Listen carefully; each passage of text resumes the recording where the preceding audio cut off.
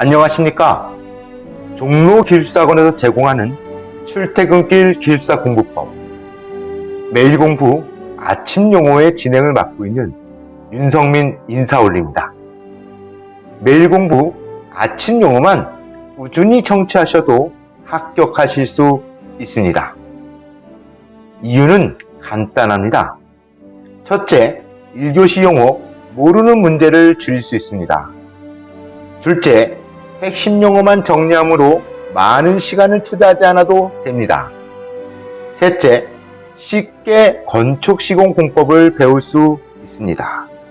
자, 그러면 출퇴근길을 활용한 기술사 공법 매일 공부 아침 용어 지금 시작합니다. 네, 오늘의 문제는 가설계단의 구조 기준하고요. 그 다음에 낙하물 방지망 설치 방법에 대해서 알아보도록 하겠습니다. 강의를 시작을 할 텐데, 이제 일단 가설공사죠. 가설공사의 가설계단의 구조 기준인데요. 이거 역시 마찬가지로 이제 기술지침서에서 나왔던 문제이기도 합니다. 특히나 이 기술지침서에 나와 있는 가설공사의 항목들은 매년마다 한 번씩 출제되고 있는데요. 가설계단의 구조기준 한번 알아보도록 하죠. 자, 가설계단은 공사를 하기 위해서 임시로 설치하는 계단이죠.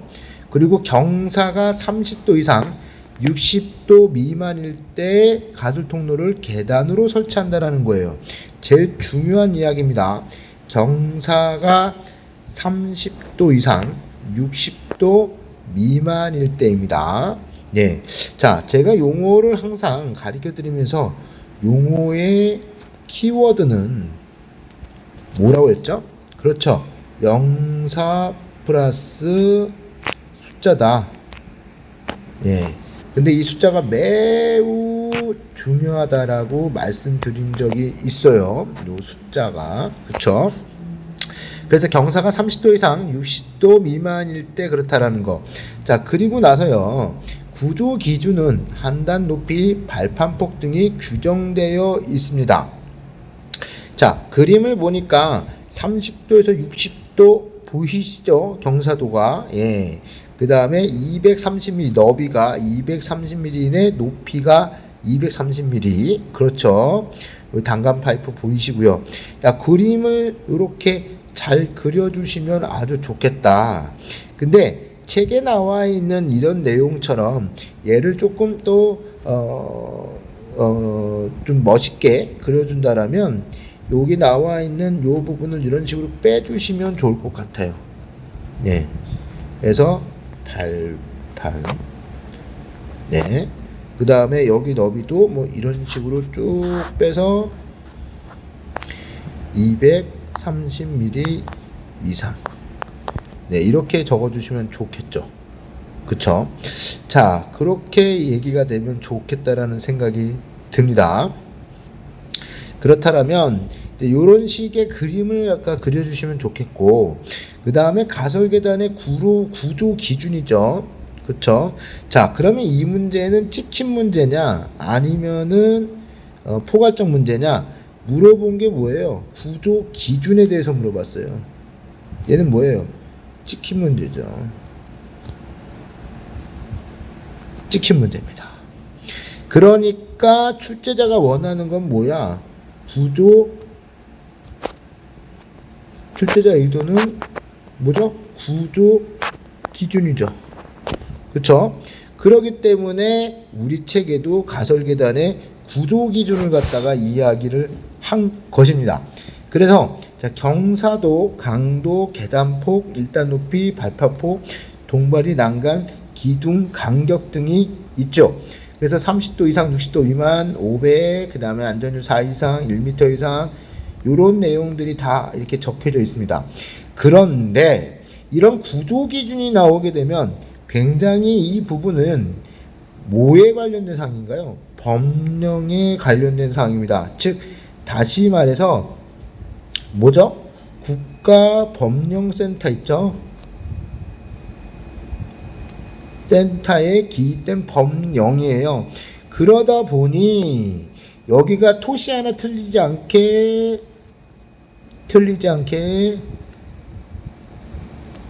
네, 잘 안 써지네요. 네, 다시요. 토시 하나 틀리지 않게 써야 돼요.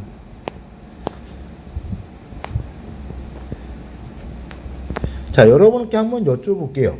자, 국문을 작성하거나 윗분들한테 보고서를 작성을 하게 됩니다. 그럴 때 여러분 구조기준이라든가 관련 사항을 적을 때 국가법령센터에 들어가셔서 드래그 하셔서 그대로 컨트롤 C, 컨트롤 V 하지 않나요? 그쵸? 복사하기 붙여넣기 합니다. 그렇듯이 이 문제 역시 구조기준을 물어봤다라면 결국에는 찍힌 문제고 법령 문제이기 때문에 토시 하나 틀리지 않게 적어야 돼요. 그렇다면 이 문제는 외워야 돼, 말아야 돼? 완전히 암기를 해야 된다. 완전 암기를 해야 돼요. 그렇지 않으면 점수가 나오지는 않습니다. 그리고 여기 나와 있는 안전조치사항을 갖다가 보시면 좋겠다라는 거죠. 요 안전조치사항 같은 경우에는 디딤판이 항상 건조 상태, 미끄럼 방지 효과 어쩌고 저쩌고 있는 상관 설치해라. 자, 요 사항은 공통입니다. 안전에 관련된 공통이에요. 그러니까 다 안전에 관련된 문제가 나온다라면 쓸 수 있겠죠. 예, 꼭 가설계단이라고 안 쓰셔도 되고 안전조치사항이라고 적어주시면 나쁘지 않을 것 같습니다. 자, 그래서 이런 가설계단의 구조기준, 이런 찍힌 문제, 그리고 법령에 관련된 문제는 선택을 해야 된다, 말아야 된다. 예, 선택하기가 쉽지 않잖아요. 왜? 토시 하나 안 틀리고 써야 되니까요.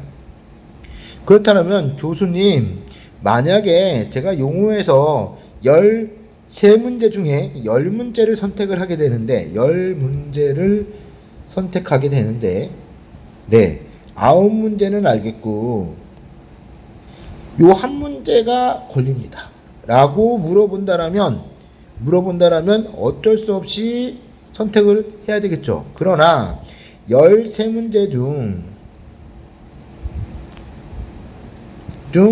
11문제를 안다라면 굳이 이 문제를 선택하면 좋다, 나쁘다? 나쁘다라는 거예요. 왜? 법령이니까요. 따라서 여러분 이런 기준에 관련된 문제, 법령에 관련된 문제는 쉽사리 선택하기보다는 신중하게 선택하여 주시면 좋겠다라는 그런 생각이 드네요. 자, 두 번째 문제입니다. 두 번째 문제 역시 마찬가지로 낙하물 방지망 설치 방법입니다. 이 설치 방법 역시 마찬가지로 뭐죠? 그렇죠. 찍힌 문제입니다. 찍힌 문제. 예, 포괄적 문제가 아니죠. 그러면 설치 방법이 과연 뭐냐? 얘가 출제자의 의도라는 거죠. 출제자가 궁금한 거는 낙하물 방지망이 아니라 낙하물 설치 방법이 궁금한 겁니다. 그렇다면 출제자의 의도를 적어주고 와야겠죠. 그쵸? 적어줘야 한다. 그쵸? 맞나요? 그렇습니다. 출제자 의도를 적어줘야만이 점수가 잘 나오겠죠. 만약에 낙하물 방지망에 대해서만 막 설명을 했다라면 점수가 나올까요? 안 나올까요? 안 나오죠. 왜? 만약에 문제가 이렇게 낙하물 방지망이라고만 나왔다라면 낙하물 방지망에 대한 특성이라든가 낙하물 방지망에 대한 설치 방법이라든가 낙하물 방지망에 대한 기대 효과라든가 낙하물 방지망에 대한 역할이라든가 낙하물 방지망에 대한 시공 순서라든가 어떤 것들을 적어줘도 관계가 없지만 즉 포괄적 문제는 어떤 것을 다 적어줘도 관계가 없지만 이렇게 찍힌 문제, 즉 설치 방법에 대해서 물어봤을 때는 반드시 설치 방법을 적어줘야 되겠습니다. 그쵸? 자, 그래서 키워드를 한번 알아보도록 하지요. 자, 낙하물 방지망은 고층 건축공사 현장에서 고소작업 시에 재료나 공구, 낙하로 인해서 피해를 방지하기 위해서 만든 겁니다. 벽체나 외부 비계에 설치하는 망을 의미하죠. 그렇죠? 이 낙하물 방지망은 지하 낙하물, 즉 공구라는 게 떨어질 수 있겠죠. 그렇죠? 지하 지상 낙하물물이에요. 얘는 공구들이 떨어질 수 있어요. 예를 들면 망치, 뭐 벤치, 그쵸? 그 다음에 또 우리가 거푸집에 사용하는 핀, 이런 것들이 떨어지게 되면 요렇게 떨어졌다. 여기 없는 상태에서 떨어졌다. 그러면은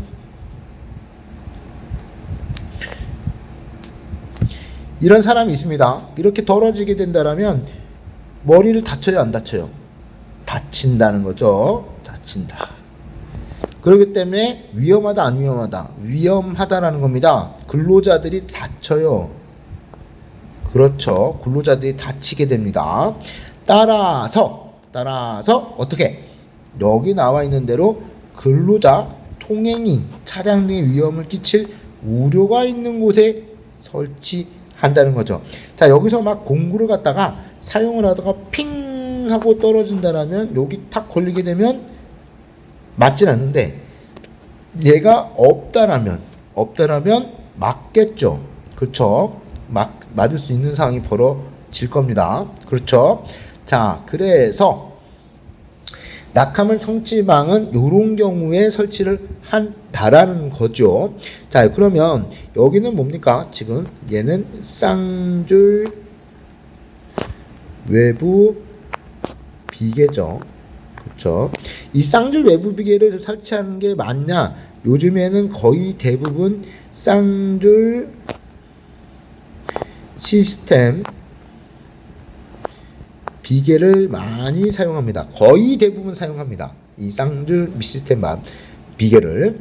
자, 그래서 낙하물 설치 방법에 대한 부분을 한번 알아보기 전에 가장 중요한 거는 바로 이 내민 길이가 몇 미터 이상, 2미터 이상이 된다는 거, 그리고 각도는 20도에서 30도라는 거 매우 중요하다, 안 중요하다? 중요한 이야기입니다. 매우 중요하다라는 거죠. 자, 그래서 한번 키워드를 알아보도록 하죠. 또 망의 첫 단 높이 설치는 지상에서 몇 미터 이상? 8m 이상. 그쵸? 그 다음에 설치 간격은요, 높이 10m 이내 또는 상계층마다 설치합니다. 자, 이 얘기는 무슨 얘기냐? 자, 이렇게 건물이 있다라고 치죠. 자, 건물이 있습니다. 자, 이런 건물이 있다라면 여기의 높이가 21층이다. 그렇다면 상계층만 있으니까 여기서 3층, 6층, 9층마다 뭘 설치해 줘야 돼요? 낙하물 방지망을 설치해 준다 이 말입니다. 상계층마다 설치를 해줘야 되니까 요렇게가 되겠죠. 그쵸? 자, 그리고요, 그 다음에 수평면을 이루는 각도는 20도에서 30도 정도이고, 내민 길이는 비계 외측에서부터 2m 이상이고요. 방지망의 가장다리는 테두리 로프를 그물코마다 엮어서 강간 비계로 연결합니다. 연결재는 강도 10MPa 이상 철물 또는 로프를 사용하고요. 방지망의 겹침폭은 150mm 이상입니다. 방지망과 망 사이에 틈이 없도록 조치해야 되겠죠. 이것이 바로 나와 있는 설치 방법입니다. 이게 산업안전보건법에 나와 있어요. 설치 방법이. 예. 산업안전보건법. 나와 있기 때문에 얘도 법령이죠. 따라서 얘도 토시 하나 틀리지 않게 어떻게 작성해 주셔야 합니다. 아울러서 설치 후 유의사항을 본다면 3개월 이내마다 정기 점검을 실시해야 되고요. 망에 손상된 부위는 즉시 교체, 수리해야 줘야겠죠. 떨어져서 만약에 떨어지게 된다면, 망이 손상되어 있다면 공구가 떨어질 수 있기 때문에 그렇죠. 망 주위에서 용접은 금지해야 됩니다. 왜? 화재가 일어날 수 있기 때문에 그렇죠. 망에 적재된 낙하물은 즉시 제거해 주셨으면 좋다라는 거. 자, 오늘 설치 후 유의사항까지 다 확인을 해보았습니다. 오늘은 낙하물 설치 방법 그리고 가설공사의 가설계단의 구조 기준을 한번 알아보았습니다. 자, 열심히 공부하셔서 이렇게 관련된 우리 학원에서 보내드리는 이 유튜브 강의 용어 강의를 꾸준하게만 청취하신다면 반드시 합격하실 수 있습니다. 아울러서 제가 여러분들에게 또 말씀드리고 싶은 것이 하나 있어요. 뭐냐면 그것은 바로 용어 따로 서술 따로가 아니라는 거예요. 아닙니다. 용어가 곧 서술이고요. 서술이 곧 용어입니다. 기술사에서 여기 있는 이 10자를 한 줄로 줄일 수 있는 것이 뭐다? 기술사입니다. 이 10줄은 뭐가 되겠어요? 서술이 될 테고 한 줄은 곧 용어가 되겠죠.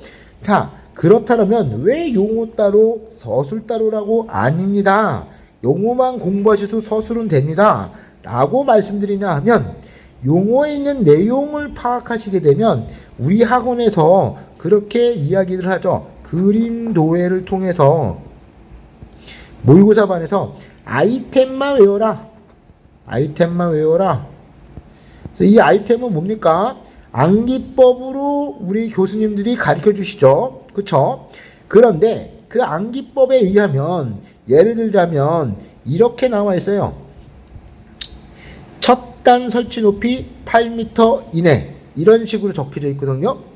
그러면 망의 철단 설치 높이는 지상에서 8m 이내이다. 또한 상계층마다 설치 이렇게 나와 있어요. 이 아이템이. 자, 아이템이 뭐다?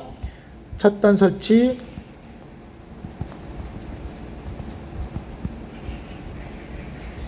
8m 이렇게 적혀 있단 말이에요. 그러면 여기에 관련된 내용을 적어 주셔야 되잖아요. 이 내용을 적기 위해서는 어떻게 됩니까? 그렇죠. 용어 공부를 하셔야 된다는 거예요. 이 내용까지 언제 다 공부를 하고 있어요. 용어 공부가 되면 이 내용은 자동으로 어떻게 채워집니다. 그러면 이 아이템만 외우면 되는 거죠. 그렇습니다. 따라서 서술 따로 영어 따로가 아니라 용어만 공부하시고 그 다음에 서술에서는 그림도의 아이템만 외워주시면 반드시 분명하게 빠른 시일 내에 합격할 수 있다는 거 꼭 잊지 마시고 저희 학원에서 같이 공부하셨으면 좋겠습니다. 감사합니다.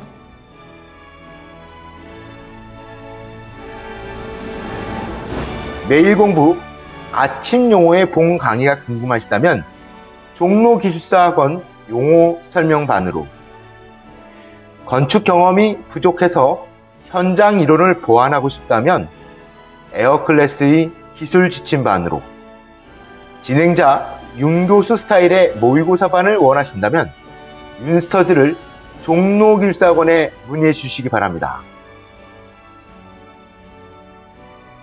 재미있게 보셨습니까?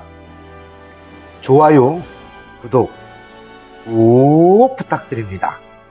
감사합니다.